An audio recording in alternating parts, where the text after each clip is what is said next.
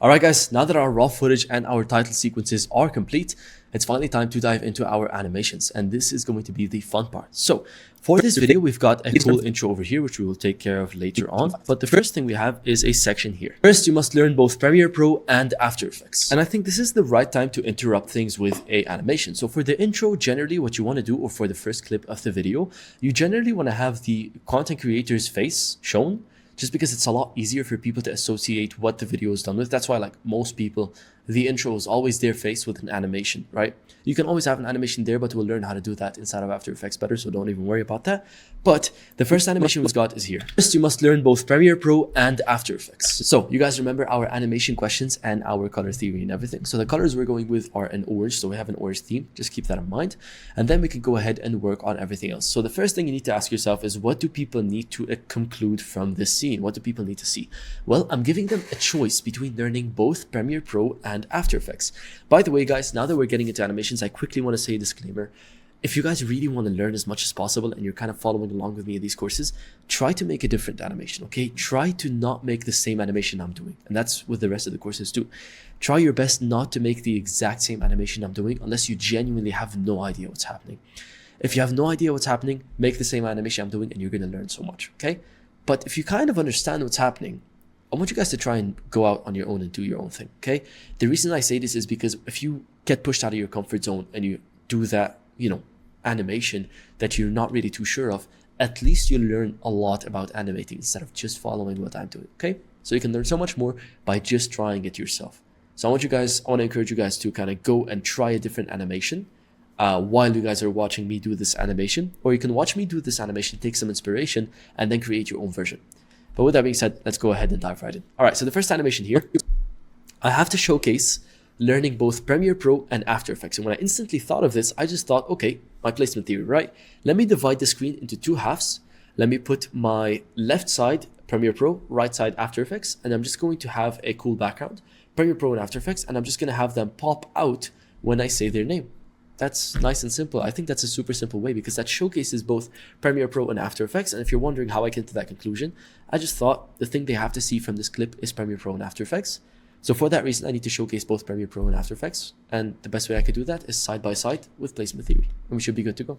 So we're going to go ahead and make this. So I'm going to make sure that my text is also always here. I don't want to get rid of these. Let's get started on making the background first. So I'm going to click on my rectangle. And I'm going to click on this and just draw out a rectangle like this. And I'm just going to size this up a little bit. All right. So this is going to be our cool background. Since we're going with an orange, I'm probably going to use a darker orange for this. So let's see. Let's go down to our shape layer over here inside of our effect controls. Go to fill.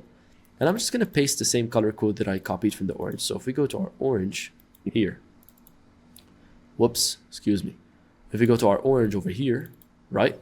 And you guys can see it right here. Where is it? There it is. You guys can see the color code is right here. So I'm just going to go ahead and copy this. Okay. And I'm just going to paste it on the color here. And so you guys can now see that this thing is colored a bright orange, which is not a cool background. Unless you guys want to go bright background and, darker foreground, then in that case you could do that. But for my case, I want to go with a darker background. All right. Or actually, since both Premiere Pro and After Effects have dark colors in their logo, it might be logical to go with a lighter background. Let's see how this turns out. Perhaps a white background like this. Just a light gray like that. That could be pretty interesting. Let's go ahead and go for it. Why not? Right? Let's give it a shot. And then what I'm going to add on top of it is I'm going to add my vignette. So I got to add my Lumetri color. And I'm going to change the vignette here. Go down to vignette and just kind of drop the value. Maybe like this. Maybe make it brighter. Or I think we might even make it brighter. Nah, darker is definitely the way to go. That just looks better. Okay, let's play around with this color until we get something we like. I think this is a bit too much orange. Maybe just a plain gray background is going to work. So something like a light background like this will pretty much work. That's good. You must learn both Premiere Pro and let's give it a try. Why not? Maybe it might look pretty cool. Okay. So we're going to put this here. And then all I'm planning to do is I'm going to show you guys my guidelines just to make sure we have our lower thirds. I'm thinking of putting the Premiere Pro logo on the left side and After Effects on the right side. And that's it. That's literally all that I'm thinking of. So what I'm going to do is I'm going to go and open up a browser and just kind of search up, let's say, for example, let's go for Premiere Pro. PNG. Let's go PNG, right? We're gonna try and find a Premiere Pro PNG. Let's go ahead and see if we can kind of download this. That would be awesome. Is this one good? Probably should be. See a higher quality one. The issue with these is you just have to make sure that they are actually PNGs. So let's go ahead and go for this. All right. Where do we want to save it? We want to save it here. Done. And then let's go ahead and get an After Effects PNG. Awesome. Okay, we gotta make sure that these are actually PNGs. So let me quickly just double check. The best way to do this is to literally just look at it. Does it have a background? It doesn't. That's cool. This thing probably has a background. This thing as well. Let's just kind of, maybe this thing doesn't have a background. I think it does have a background. Okay. Let's see, maybe this thing doesn't have a background. Let's just give it a shot. Yeah, it's a PNG image, so it doesn't. It's not supposed to, at least. Oh, never mind. You guys can see, like, it does have the background. That white is still there. So we're going to go ahead and delete this. That's kind of the annoying thing with finding PNGs. You can make these in Photoshop, which we will teach you how to do in the After Effects Masterclass. But for now, you don't need to. You just kind of want to download whichever one works. Let's go and see. I think this one's a PNG. Yeah, this one's definitely a PNG. Nice. Awesome.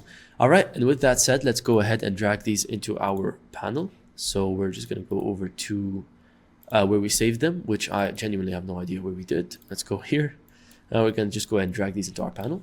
And we're going to place the Premiere Pro logo over here and just kind of shorten it down. And I'm going to just place it on the left side right here. Like so. I think that looks awesome. And then I'm going to add my After Effects logo on top of these two layers like this. And I'm going to place it on the right side. Like so. Maybe 15.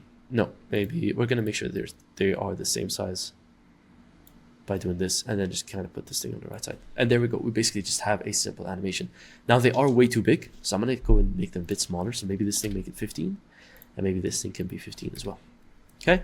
That is going to look awesome. And let's go ahead and remove those guidelines. And that looks as good as it's going to get.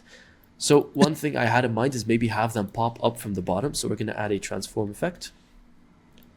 Like so. And I'm just going to keyframe the current position. Okay. And I'm going to move this keyframe forward, which means it's going to end at this place right here. And I'm going to have it start at the bottom. Like this. Which means it starts at the bottom and ends over here. Another way to do this is you can move forward, add a keyframe. And then move back and then drop it down. Same thing. First, you must learn both Premiere. It's going to pop up like that. And then we're just going to make sure that we create our spike. So quick in and then slow out. You guys remember that? First, you must learn both Premiere. And then also make sure we bump up the shutter angle to get some cool motion blur. First, you must learn both Premiere Pro and After Effects. Okay, I hope that makes sense. And then we're finally just going to copy this effect. And we're just going to add it to After Effects. First, you must learn both Premiere Pro. Pop in. Now, one thing you guys can do is you can basically slow one down. You can offset them a little bit. You guys will see the effect that this happens. This thing will just come in faster than this thing, and it just will look a lot better. First, you must learn both Premiere Pro and After Effects. Whenever you guys want to animate, always make sure to offset things to get a better result. All right, cool. Now let's go ahead and add some visual effects to blend these in a bit more. Let's add some drop shadow to the Premiere Pro logo and After Effects logo. Let's start with Premiere Pro. We're going to add some drop shadow. We're going to make it really obvious. You guys can see it here. There it is. We're going to make sure it is, like, I'm going to use my eyedropper tool to get the same color as the background and then just make it darker. Like that. And we're just going to smoothen out that softness just to kind of get some really good shadowing here. Smooth it out, really smooth it out, get a very nice cool effect. You must learn both Premiere Pro. Okay, and I'm just going to apply the same thing.